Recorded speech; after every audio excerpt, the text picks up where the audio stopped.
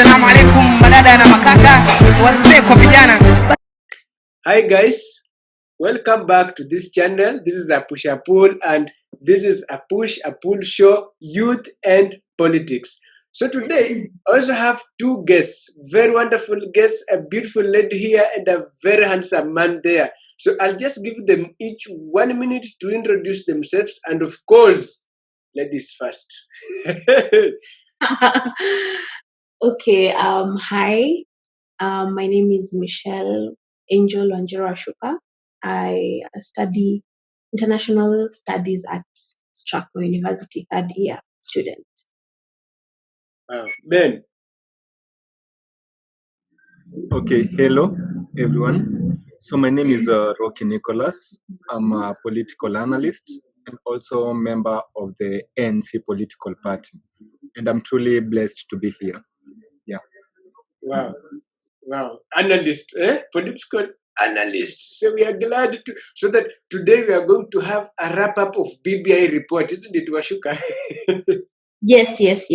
So I guess some of you have looked at the BBI report. It's only 200 pages. I don't want to guess. I've only read about 20 pages. I'll continue reading it. But today's topic, we are talking about the two-third gender role and the role of women in politics. Of course, tumeona wanawake wameachwa nje, tumeona pengine wanasema wameachwa nje, mimi siwezi sema wameachwa nje. We see them claiming they left aside. Men are saying women are being given positions. So what is your take on this, Rocky? Okay, personally, I cannot say that women have been left out for sure because we have the two-third gender rule, which is it's under the process, it's progressing slowly by slowly. And as much as these positions are being given outside here, we'll come and realize that as people, we have not realized the capability of women in our Kenyan politics. We still underestimate the value of women, and we still think that women, their work is on the kitchen. And so that kind of mentality is what is bringing us down as a country. So we can say is as much we need to talk to everyone outside them, we need to talk to women, we need to support them as large because they have the capacity, they have the capability. We just need to give them the opportunity and believe in them. Yes, beautiful lady Washuka. What do you understand by this, or what's your take of the two-third gender rule and women in politics? Okay, so my take on that is similar to what my colleague has said. Women necessarily do not see their potential in politics, neither their importance. So I think there has to be some sort of sensitization to teach them or to show them that they are important in politics, not necessarily as women representatives as they were put in before, but as actual leaders who will put forward or bring the country forward, not just as representative of women or something like that. So also the reason why these positions are not being taken up, because the two-thirds gender rule is there, and women are being given these positions, but they're not going to take them up because they still see that politics is not their route. They try and avoid politics, assuming it is for the men. We still have the patriarchal thinking, which still needs to be changed. But okay, when that is changed, everything will become better, and women will kind of move forward and become more politically active.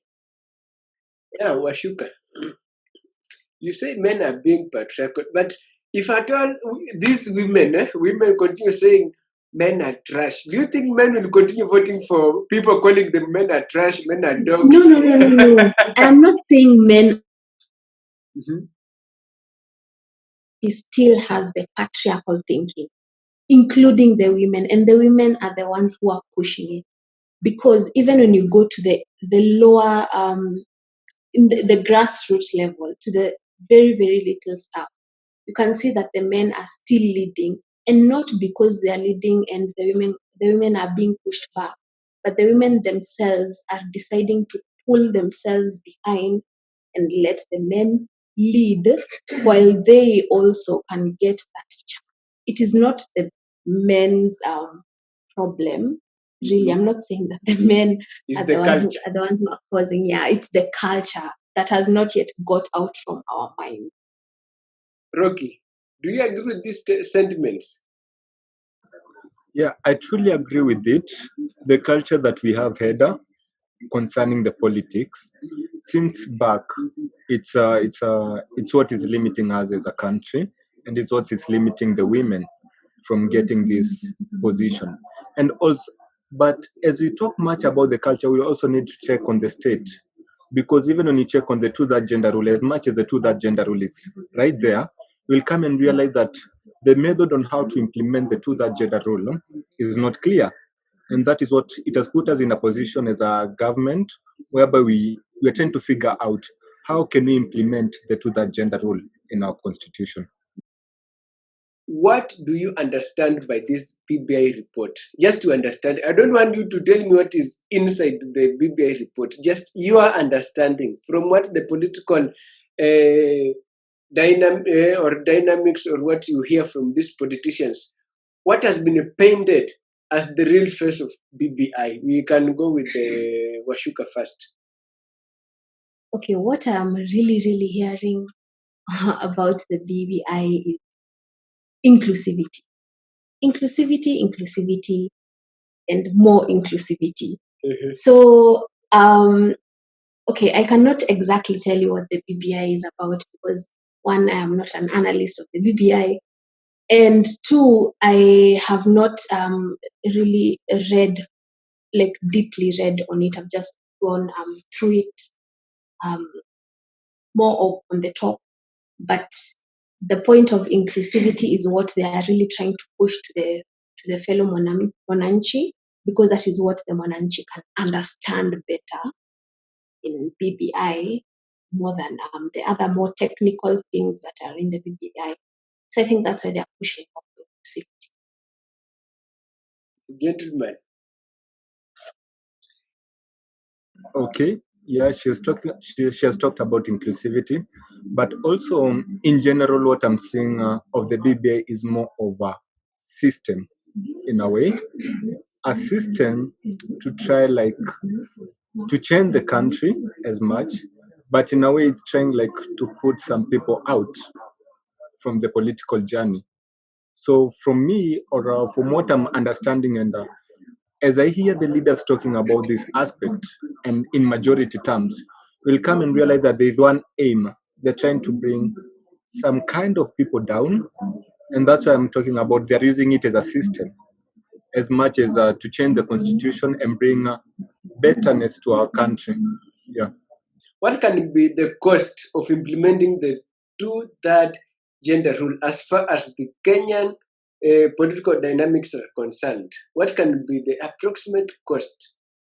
If at all we want to ensure that the two-third gender rule is adhered to. Mm-hmm. Yes, Washuka. Okay, the cost can be high because implementing the two-thirds gender rule will first need to start on teaching the women or sensitizing the women on what are the positions first of all, because we need to know what the positions in the government are for the women to take up. We also need to teach them on how to like pick up the positions or be in the positions as effectively as they should be. And also more women should also be brought near or closer to politics so that they can understand that the two-thirds gender rule is put there for them to be more included in the process of the government. Yeah. Okay. As much as the aspect of educating them and what Washuka said, when you check now, the providing now implementing the two-third gender rule, it provides positions whereby women need to occupy. For example, the adhere, which is remaining, women need to occupy that point. Now, I want you to imagine these women, if they occupy that position, they will need their salaries, they will need allowances and all those kind of things. So it will be so expensive, especially, and the burden will go to whom? To Kenyans at large, now the taxpayers. So when you calculate on the aspect of the salaries, the allowances, and remember, it's not just, it's for both the National Assembly and the Senate. So the cost will be a little bit higher. Yeah. Because, for us we need 105 women in Senate, or together we need 117. So we need 117 members in the National Assembly, and we need 23 members or women nominated in the Senate, so for this to be made. So these women have to be nominated, and it will cost a taxpayer 21.1 million per year for each nominated women rep in National Assembly.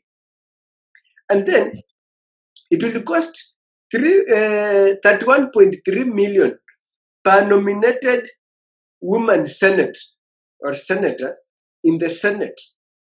So altogether, you find that it is a lot. Imagine one person, it is 31, or that is that 1.3 million, then the other is 21.1 million. And this is one person, and we have 117, then we have 23.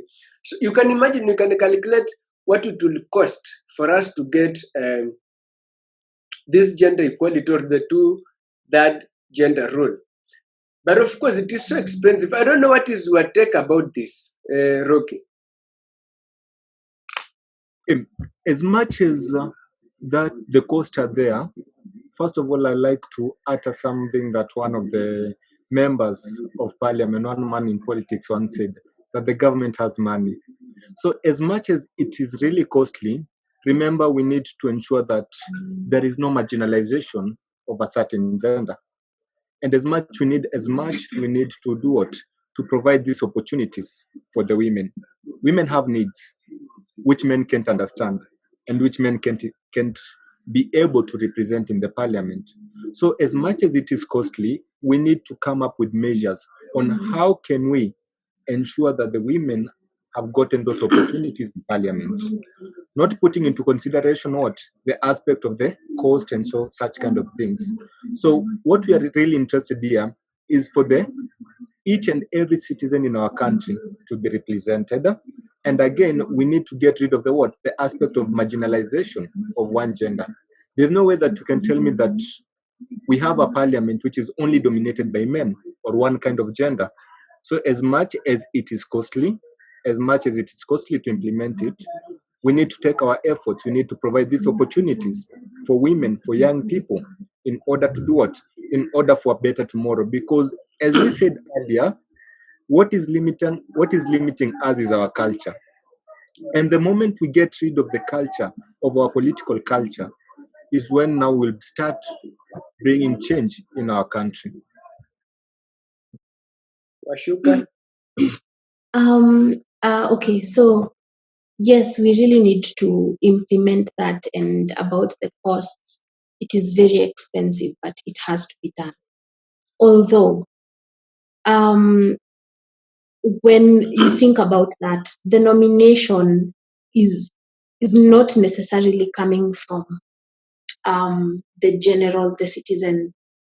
An election of a woman as a leader, I think, is cheaper to, the way I'm thinking. Yeah, the election of a woman as a leader instead of being nominated, because the nominated MPs or senators is, I think, more expensive when you use the nomination route than the election route. So I'm assuming when you do an election is when it will be cheaper. And the only way there will be an election is if there is sensitization. That's why I'm saying the women who are most affected are not the women in the urban areas or the areas surrounding that. The areas that are really, really affected are the rural areas. The ones who follow a leader. Like if in a home you're all voting, one person says we are all voting for this person, and you all vote for this person, and most of the times it's usually a man. You see, you remember the time that Karua was wanted to be the president, was on the pressure to be the president. Women did not vote for her. Like the votes that were there were not mostly from women.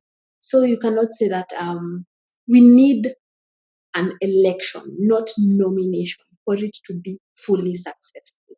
And the only way that will be fully successful is if education is put in place, especially from the young age, from when from the children perspective, so they can grow knowing that they can be politicians, and then when they get there, already they will find probably the nominated ones, but later to reduce on the cost. Now we need the elected. So what can be done to get, of course you've touched on that, but I would like you to elaborate. What can be done to get the 2/3 gender rule without women being given positions, as we've said, both constitutionally and just ideologically, what you can think about it and what the Constitution might be saying about it? I know we are not people of the Constitution, but we have a clue of what it says. So what can be done to ensure that we get it? Because we've seen nomination is too expensive to a common manage, but we really need to adhere to this. So what is your take, Rocky? Can you pardon the question, please? I've said, what can we do to adhere to this 2/3 gender rule without women being given positions? As we've said, nominated. So it means that we're nominating only women. So men are not being nominated because we've been voted for. And yet, we are supposed to stand for equal opportunities during nomination times. So what can we do to ensure that we adhere to this, both constitutionally and ideologically?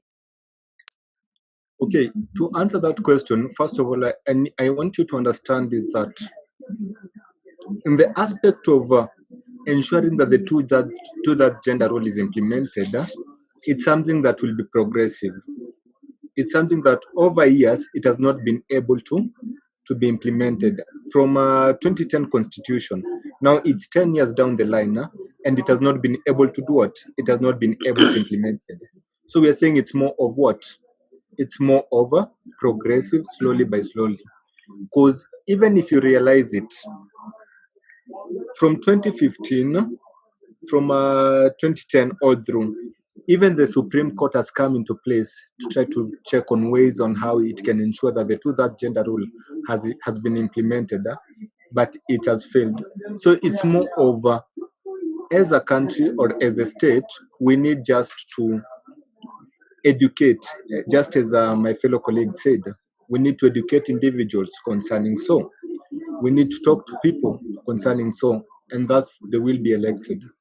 Yeah. Ashuka? Yes, I fully agree.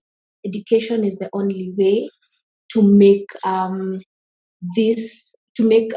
the elections be more of elected members than nominated members. To move away a little from politics to philosophy, you see that everything that you do, everything that man does, originates from the mind. So, to change man, you have to change the minds of man. So definitely, the reason why even through time, the reason why women were not in politics is because men were the ones who are more seen as more important, or were the ones who are used as human labor, but women were not used as human labor. To move to the economic realm, also, they were not used as human labor in terms of work. They mostly were to stay at home. And all this combined now brings the bigger picture, the political era now, which is the like kind of the connection of the economic and the social life. the people. So this is what brought up to make man as more than the woman. Change, put women as important or as viable for these positions is only through the mind. And the easiest minds to change or to build on are the young people, the children. So if we teach them that politics is for everyone, putting aside the comments or any teachings that the parents might be giving, because the parents are usually kind of behind, so they might be the ones who will influence the children and tell them, no, you should be more submissive, you should be more on the sidelines, don't go to the front. You understand? So I think just by changing the minds of the people from the young age is when they can actually understand that But women are also equal to be elected. Yes. but But as much as that you is mentioned concerned, uh-huh. I mean it. But as much as we're talking about this, how can we ensure that this is implemented? Right now we should not focus on that. What we are supposed to focus is what has been the reason behind the rule not being implemented or through. What is the cause of that? Now, after understanding the cause of it, is when now we can come and get into know what? How can we ensure that the through that gender role is being implemented? And one thing that will all agree with me is that the rule has not taken effect after these 10 years. This is because the constitution did not offer a guideline on how to implement it. And because the constitution never offered a guideline, we'll come and realize that we have a legal dilemma in our country. Now, I will take you back to 2015. There's this justice by the name Mumbi Gugi of the Kenyan High Court. So he ordered the Attorney General and Commission of Implementation of the Constitution to act on their mandate and ensure that a law was tabled for legislation. So it was ordered to ensure that the law was tabled for legislation, but that never happened. Let's come back in March 2017. The High Court judge, Justice John Mativol, he ordered that if gender rule was not implemented by the end of that year, anyone was at liberty to write to the president of the Supreme Court, who would in turn advise the president to dissolve the parliament. 1 year later, nothing happened. The same bill was presented back in 2017 by a certain nominated senator, Senator Judith Sijeni. He sponsored a bill on the same, but what happened? And that bill that she sponsored, it just required 45 members to vote it in. But it was hard for them to vote it in. Why? Because there was a lack of quorum. There was a lack, as much as this bill is on the table, how are we going to ensure that through that gender rule shall be implemented? And that has been the major challenge, which has not made it to be implemented till now. So as much as we are trying to focus on the ways and all those kind of things, we need first of all people who are professionals in these aspects of the constitution and such kind of things. They need to sit down first of all and try to check how can we as a country implement the truth that gender rule. After sitting down and gathering all kinds of information, now they need to present it in the parliament for legislation, and that's how we can truly and easily implement the truth that gender rule. Washuka, do you have something to say, or I posed my question? No, yes, I have something to say. Yes. Okay, so this issue on the legislation of the 2/3 gender rule, especially to adhere or to be put in or made legal according to the constitution, has never taken account, because I'm okay, just by the way I am listening or seeing it. It has been brought up 3 times. Yeah, it has been brought up 3 times, and all the times it has been put again in the back, and other things have been talked about and then brought out again, put in the back. This means that they do not see the importance of the 2/3 gender rule. So what I'm trying to say, we need to show the already elected members that this rule is important. Because if it keeps being put aside every time it's being brought up, it will never come into place or come into action. So even for the people to come and see the only 45 members to vote on it, and there was no quorum, 45 members only, and there was still no quorum, meaning there's still a lack of importance, or people do not see the importance of having the two-thirds gender rule being put in place. Yeah. Mhm. So that is a very critical issue. But I had a question for you, Washuka. You can use the next 2 minutes. You've mentioned of changing the ideology of the younger ones, the people growing.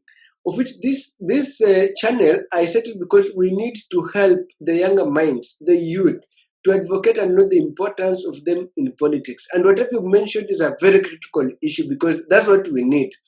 But now, what can we do with this eroding culture of politicians wanting to advocate for what they understand?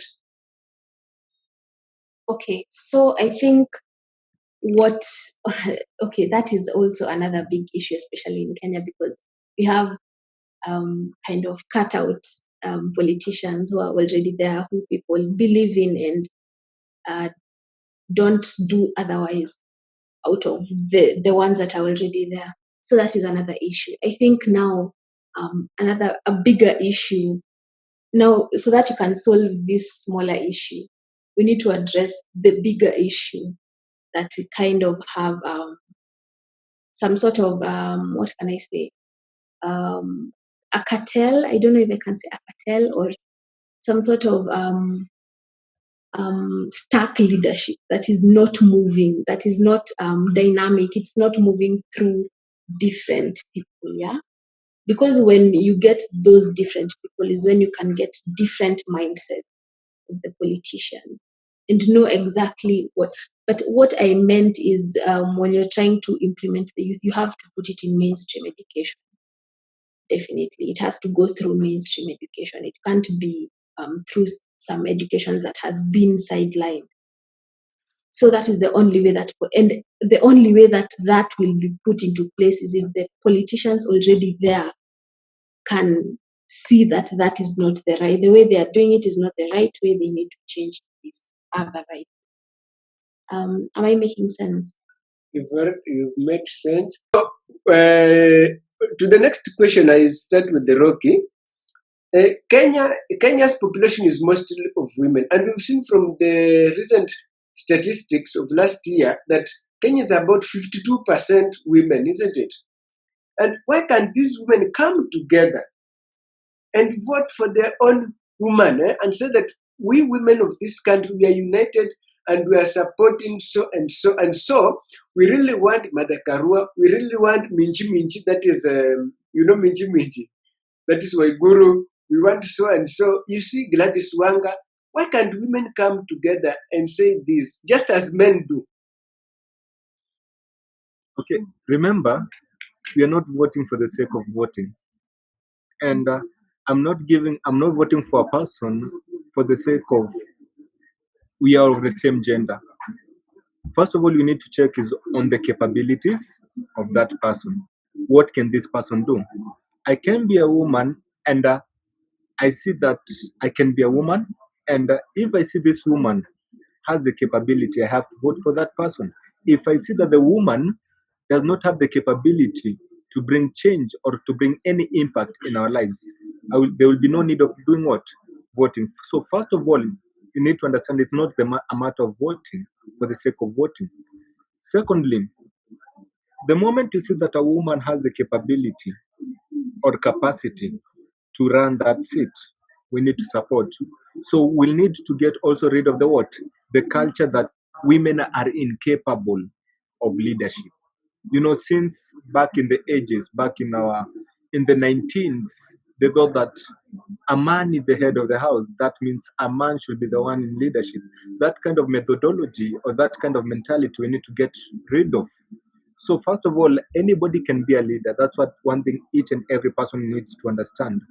both a man and a woman, they have the same capacity, they have the same capability to rule as a nation. So we need to get rid of the capability that women cannot lead, because we tend to elect men who don't have the capacity and leave women who have the capacity to rule. And that's one of the biggest mistakes that we are doing as a country. And that's why we elect people, they go, they squander money, they get corrupt in there, and we are just bribed. It's because of bribing. That's what's also limiting us. Like, because of the 50 shillings I'm being given by a certain person, that's why I'm voting for that person. Not keeping in mind that that person is going to run for what? 5 years. That 50 shillings just runs you for a day. So why go for 50 shillings which runs for a day and let somebody like enjoy his life for 5 years doing nothing to you? So as much as we're talking about women and leadership, first of all, let's get rid of the mentality that women cannot lead. Women can lead. And we have many great women outside here who are better than even the people we have elected right now in our country. Women who can bring a lot of impact, women who can bring a lot of change. So both man and woman have the same capabilities in terms of leadership. Yeah. Yes, Washuka, the lady, the advocate. Why can't you Well, just form one and say, I, Washuka, we are supporting Madakarua, we are supporting Eda Washuka for the presidential seat, and then you vote in one direction. okay, one of the biggest problems that we have, first of all, is the women who are there are not putting themselves forward as presidential candidates. The ones who are there are very little or just a few people. When you see the options that are there for the men, for the male candidate, they're like 5 or 6, yeah? And then a woman candidate, 1 or none, most of the times, yeah? So this is now one of the biggest problems. Women are not coming up and letting themselves be on the rota. They are being to be being there to be chosen. Yeah. So that is one of the issues. We do not have enough women who are coming up, although they have the capability to rule. Them themselves are not coming up and saying that yes, I want to run for presidency. Also, if you are under, for example, what are they called? Parties, yeah? When you're under a party, for example, Jubilee or those parties, yeah? Yeah. Yes. When you're under a party, most of those parties usually pick the normals, the ones who are already there. Like, for example, the ones who are usually to be there. So, for example, if maybe there wasn't this issues between Ruto and Uhuru, probably Ruto would be the front runner for Jubilee, yeah? And for the opposing party, Raila will be the front runner, yeah? So for these main parties, which rule the country, because the main parties are the ones which rule the country. And most of the times you'll see presidents who are chosen are usually chosen behind a party. Most of the times they are not chosen as independent. As in they're ruling or going in front as independent. So even for these parties, they the normals, yeah. And most of the times the women are not there. So that is another issue. They are not fronted by a major political party. So that is another issue that makes women not be chosen. And then women normally, I don't think they can just rally together and say we'll vote for Karua or something like that. I think also women are kind of enemies themselves. I'm not sure how I can put that, but also bringing about the culture which has been embedded in us, yeah. So already the women know that the man is the one who is supposed to lead. Even when you say the president, already in your head, it is accustomed that it's a man. Like you can't even think it's a woman already. So you see that kind of thinking is what puts also the women at kind of a half and half, yeah. So the half or even majority go towards the men leading, while the other minority, which are mostly the people living in the urban areas or the more educated people who know that women can also lead, are maybe rallying behind a woman. So yeah. Also, in addition to what she has said, I'd like to add this. Okay, she talked about the aspect of the president, and it reminded me of a certain friend of mine. I once asked him, like, how do you feel electing a woman as a president? And he was saying, ningehama Kenya. So you'll come and realize that that kind of mentality us down, and also the aspect of historical injustices that has been poured upon women. And this is the reason why women are not turning up, especially in these big positions. You'll come and realize that they are so much pressured in the methodology or in the way the government is usually run. So as a woman comes up and tries to stand in a certain position, it requires a lot of courage. It requires a lot of firmness because you will be pressured by the male, especially those people who are there. They will try to do what they can to bring you down. And that has been a limitation upon our country. We don't truly believe in a woman. We don't truly believe in a woman, and which is something not true. So we need to get rid of these historical injustices that have been facing women, because it's like, most women are not that kind of tough people who can stand and start complain and start arguing with people and start throwing words at each other like other politicians do. And that's one thing I love about women. They're more of goal oriented. They know we are here to bring change. So as much we need to get the threads which are in politics, those harsh words, the harshness within the politics, we need to come out of that level as a country, as politicians who are right there in, and these upcoming politicians. We need to get rid of this kind of harshness that we are in politics, because politics is not all about harshness, but it's all about what you can do. So, yeah. Rocky Washuka has already commented on this, but just comment on, can we say that women are enemies of themselves? Yeah, for sure. I agree with that because of the culture which has been there. Because of the culture which has been there. Because me as a woman, I feel like because I don't have the capability, I feel like the other woman cannot have the capability. Also, with the women within themselves, they have fixed themselves with the mentality that a woman cannot lead. A woman cannot lead a country. A woman is supposed to do what? Is supposed to take care of children. A woman should stay at home. So as much, also women have that kind of mentality which is bringing them down. And I realized one thing with women is that they never want another woman. A woman does never wants another woman to succeed. What they usually want is for them themselves to succeed. For example, I am a woman, I have my friend. I will never want my friend to outbeat me in anything. Let's check in simple things such as beauty. When you see somebody complimenting about your friend and you're a woman, you tend to feel jealous and you'll tend to do all things possible to be better than that person. And that's what's happening also in politics, the same kind of method, the same kind of mentality. If I see this person can lead, I'll say I will not elect that person. At least, and you find that you will prefer to electing somebody who has no potential, somebody who has no capability to rule. So I agree with that.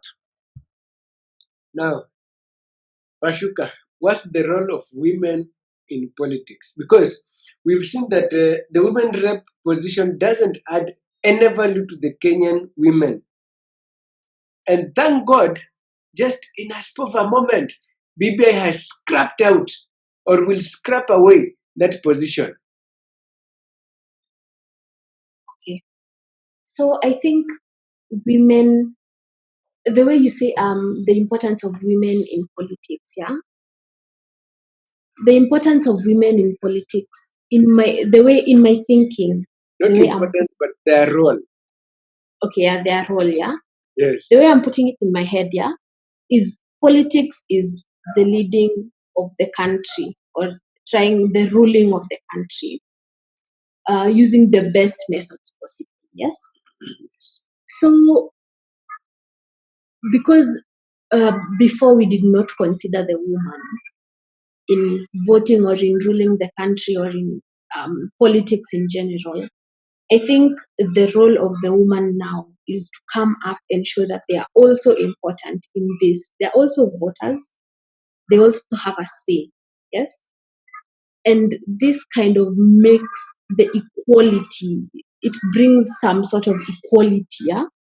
Because it's no longer the woman and the man, it's just people who are ruling the country.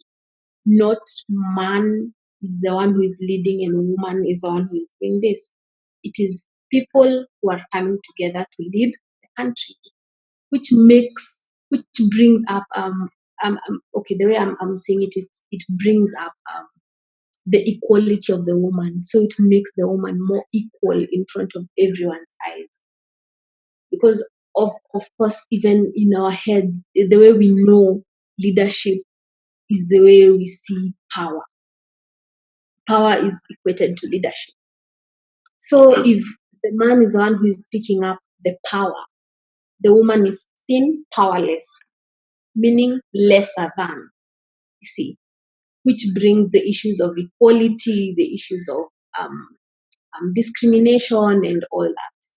So by bringing women into politics and scrapping the women rep, because we are not necessarily we are not there just to represent the women problems, yeah. We are there to cater for the entire country. We are not there just to cater for the women.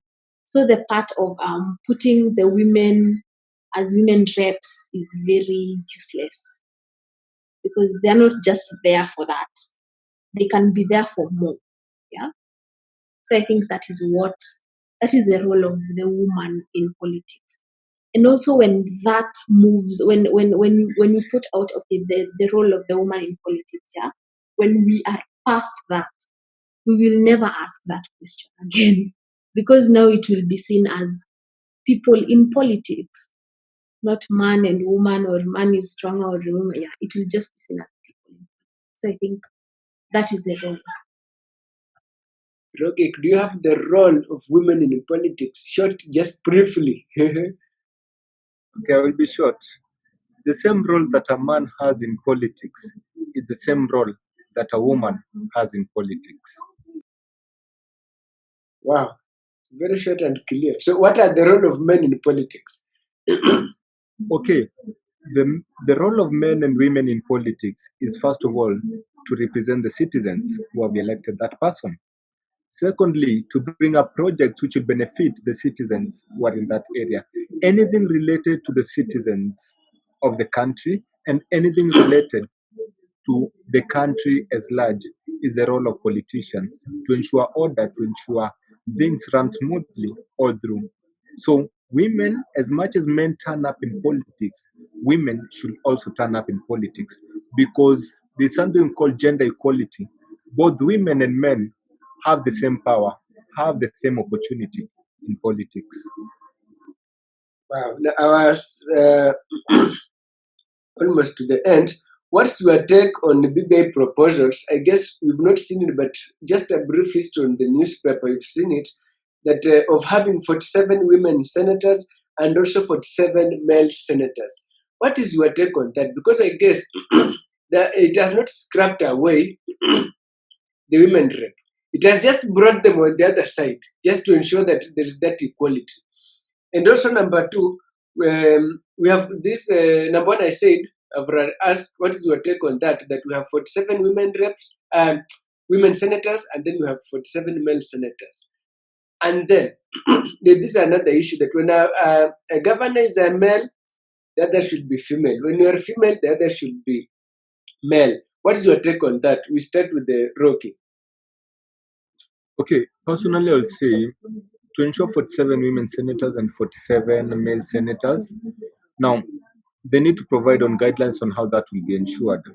It's okay, but as much, we should not put it because we want to ensure that, or to want to ensure balance in the equality, we need to check various factors. First of all, the capability of individuals who we are electing. We can say we will elect 47 men and the men have no capability or they have no capacity to lead. We can say we'll put 47 women senators and then the women themselves, they don't have the capability. So as much as that is being put into consideration, it's more of it's not clear in a way. It's more like we are trying to underestimate ourselves as a country and trying to limit ourselves. So we should just provide equal opportunities to each other. Yeah. Oh, Washuka. I agree because putting the 47 men and then the 47 women, first of all, I think that is a lot of bulk in one sector, in just the senatorial position. That is a lot of bulk. Also, second of all, when you add the number of people, that will reduce, I guess, the credibility of that office. So I do not agree that there should be 47 men and 47 women. I just think that there should be the 47 senators, and then women and men are given the opportunity to stand, like to be elected or to be nominated or whatever. But there should be equal opportunity for both of them, but not necessarily having two different lines of men here and women here. On our second last question, what has been the achievements of women in politics since the promulgation of the 2010 Constitution? Even as the BBI looks forward in abolishing the position for women reps, what has been their achievements? We can go with the Washuka first. Okay. So when it comes to the women reps, the achievement is very minimal. Just as I see it, not as productive as we had thought during the making of the constitution. So I don't think it really helped at that time, but it did help in putting forward the women who are more politically, what can I say? The ones who are more politically endowed, like the ones who are more politically endowed, basically. So this helped to show people that there are women who can actually do something. Although not all the women reps did something of importance, but there are the ones who stood out. And the ones who stood out have now shown people that yes, the women are here and they can do something, and they are very important in politics. I think that is one of the achievements that we've had. Another achievement is that more women have been elected, not necessarily as many, but there has been more women elected as MPs, as even the MCAs. There are just more women elected. So I think that is also one of the main achievements. Yes. Rocky. Okay. I can say that the biggest achievement of women, especially since the 2010 since the 2010 constitution, is they have been able to get rid of the ideology or the mentality that the society has had for them. They have been able to turn up, especially in during the 2017 elections. They have turned up with large numbers, and that's one thing I'm saying. That's one of the biggest achievements of women, and I'm truly proud of that. Yeah. Now, can you please give me I will start with Rocky again. Give your overall view on Kenyan politics and campaigns ahead of 2022.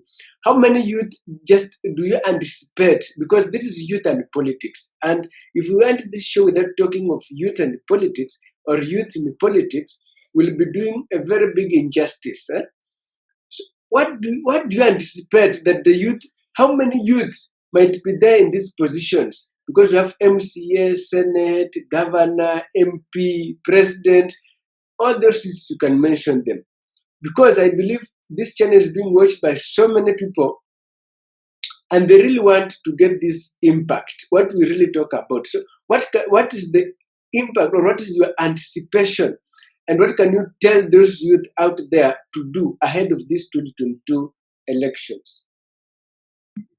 Okay, now concerning the 2022 general elections, first of all, I'm expecting a large number of youths to turn up for various positions, from MCAs to governors to president. I'm expecting almost 3/4 of them to be youths, and I want to speak to them right outside there. First of all, it is your duty. For example, like to bring change in this country, it is your duty. You have the energy, you have the charisma, you have the capabilities. As a young person, you have the energy to do what? To bring change and to bring up projects that will help people back in the society. So I like to talk to each and every one of them that change is within your hand as a youth.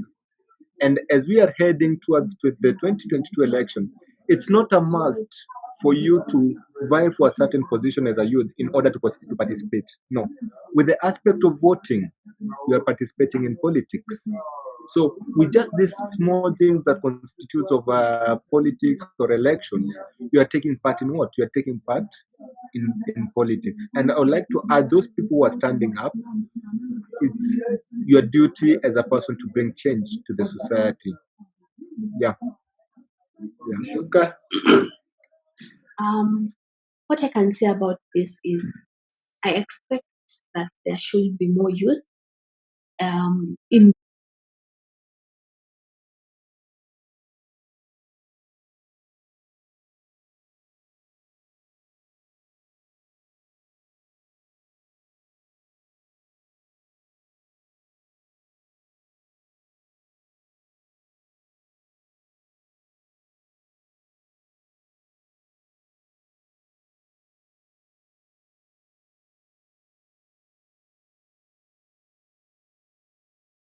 these positions, especially in the governorial, the senatorial, the MCAs, the MPs.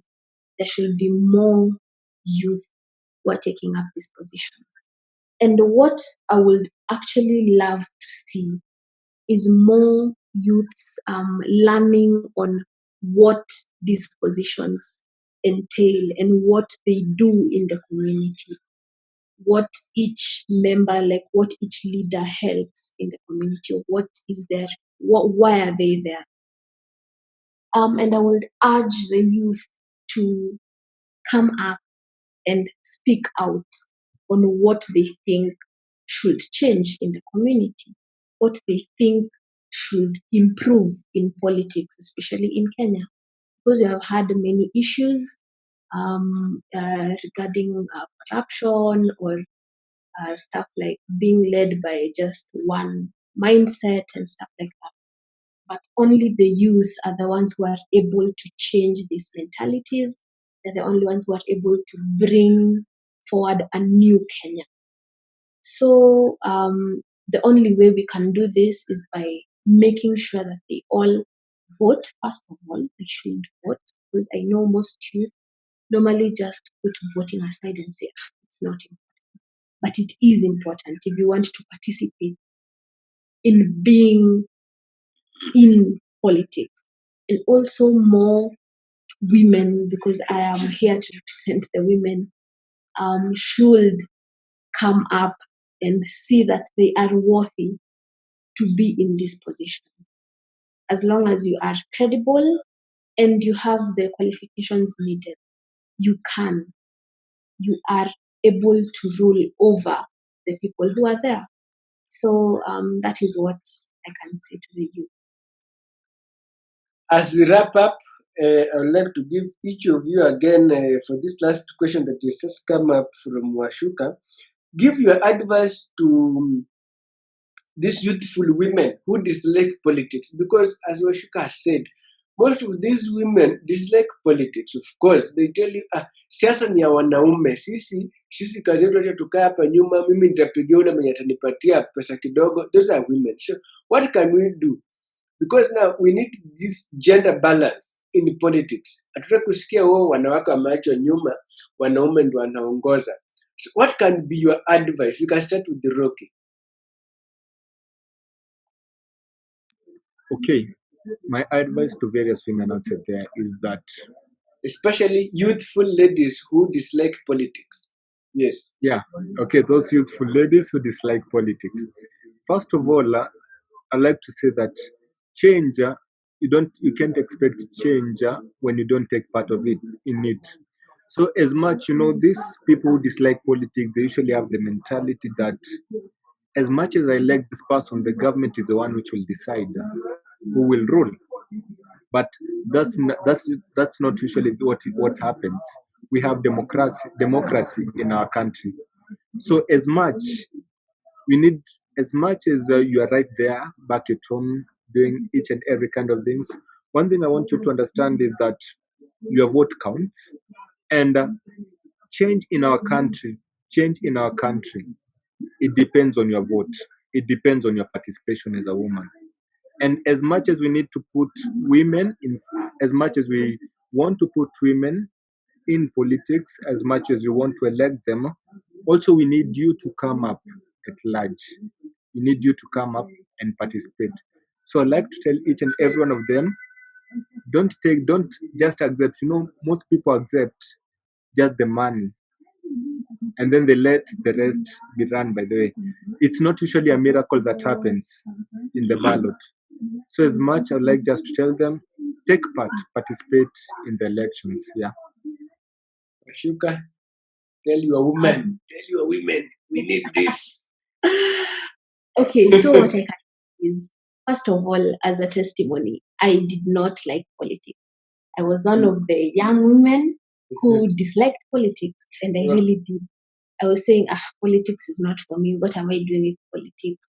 Politics is just so boring and stuff like that. But I realized my future depends on politics, Yes. because your jobs, anything that you do is run by the government. Even the private sector, even if you want to work in the private sector, it's still run by the government. Yes. Anything you do is run by the government. So you cannot ignore the government or the politics, which is what leads to the making of the government, because you just don't like it or you don't see it as important, because it will be important later in your life. When your boss has been corrupted up there by a leader, and then you're told to move out of your job because the cousin is coming in. Do you see what I mean? Like, everything is connected to the government, because everything has to be led through the state. So the only way to show women that, the young women, that their politics is important, is by telling them that everything you do, everything is led by the government. So if they understand that, they will come forward and start being more participatory in politics. Yes. And that has been a very wonderful show. But just to wrap up, I would like to give each of you 2 minutes, that is exactly 4 minutes, just to say a word to youths in general, leave alone now women in politics. But I would like to have the youth in general, what you advocate them to do, what you need them to do, because we've seen youth right now running up and down. They are given 50 shillings, they're supporting BBI. They are given 50 shillings, they are against BBI. So I don't know what you can give them as an advice. Ladies first, men in front. Okay. So what I can say is, the youth need to learn independence. They need to learn independence in what they think and their opinion, and also to see that their ideas are more important than the little money that they are getting, because that little money will run for that day, but their ideas can run for centuries. So they need to understand that being independent in your idea and going behind a person who fosters for your idea, not because of the money, is what will help our youth in general. Wow, very strong sentiments. Rocky? Okay, to every youth outside there, the aspect that I want to talk to you about is believe in yourself, believe in your capabilities. As a youth, you have the capability, you have the strength to run this country. You have the strength to bring change in each and every opportunity that you get. So let's stop limiting ourselves as youth and say that siasa iko na wenyewe. So, and as much as that is concerned, let's stop voting for a person because of the little money that he has given us. That little money that you get and you accept to vote for a person will cost you for around 10 years or 5 years. So, as much, if it is taking the money, just take the money but vote for the right person. It's as simple as that. Wakikupea tu, so take the money, but you vote for the right person. Don't vote for a person because of the money that he has given. So, as much as it's about politics, you need to take part. You need to ensure that the right thing is done. If you have elected a person and that person is not doing what is expected as a youth, ability to stand and stand against that person. Yeah. Wow, it has been a wonderful discussion. And anybody watching out there, we've come to a conclusion that your availability in politics matters. Your capability. And Washuka said it clearly that everything is political. Everything is run by the government. There is no way you will run away from politics. For us to be here online, it is political. If there's political instability, we could not be here. Everybody will be hiding even under the bed everywhere. So my advice to Kenyans, let us advocate the political dynamics in our nation.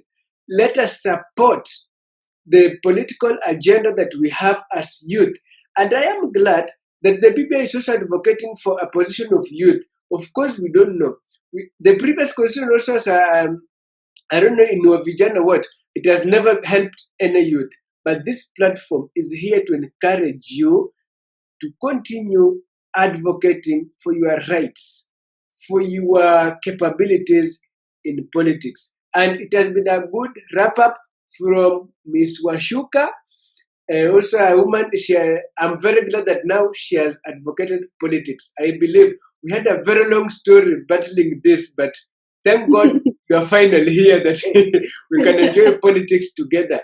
And Rocky, you're also a fearful person. You at some point you feared politics. But I'm glad that we are nurturing minds. When we have such testimonies, youth out there, they love it. They say that, they always tell me, a push, nakuja show yako lini. Like today, many of them were telling me this. So if I will see such youth, and then when you go, you tell them, of course, we need more youth in politics. It doesn't matter they go for a certain political party, that bigger political party. But today, the Constitution has given us a leeway. You can be an independent candidate. And people will vote you in, not because you have money, but because you have the agendas and the manifesto. So it has been a good day. Thank you, guys. I look forward to hosting you on another day. Thank you, guys. I don't know if you have a word for me in 1 minute. Okay. Thank you. Thank you for this opportunity. Thank you for this platform that you're educating them issues. It's a small thing. It has a great impact. So continue the same spirit. And you're looking forward into electing you soon. I saw you have some political ambitions. So you're looking forward to see you Don't soon. spill the beans. Yes. But the way you are nurturing individuals, continue. That's a good thing. Thank you. Ashuka, I also think, yes. This channel is very important because it is nurturing people, the youth, because this is the only way that you can reach the internet. So this is a good way to nurture the youth into coming closer with politics, seeing the importance of politics, and actually embracing it as a part of their lives instead of pushing it aside. So congratulations, Mr. Apush. Thank you. Yes.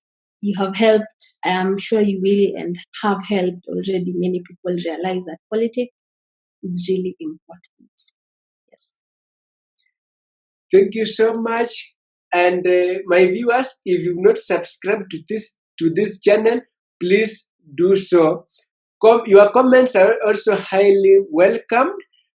I like your comments because they keep me going. Also like the video and share it widely for our fellow youth to understand their role in politics.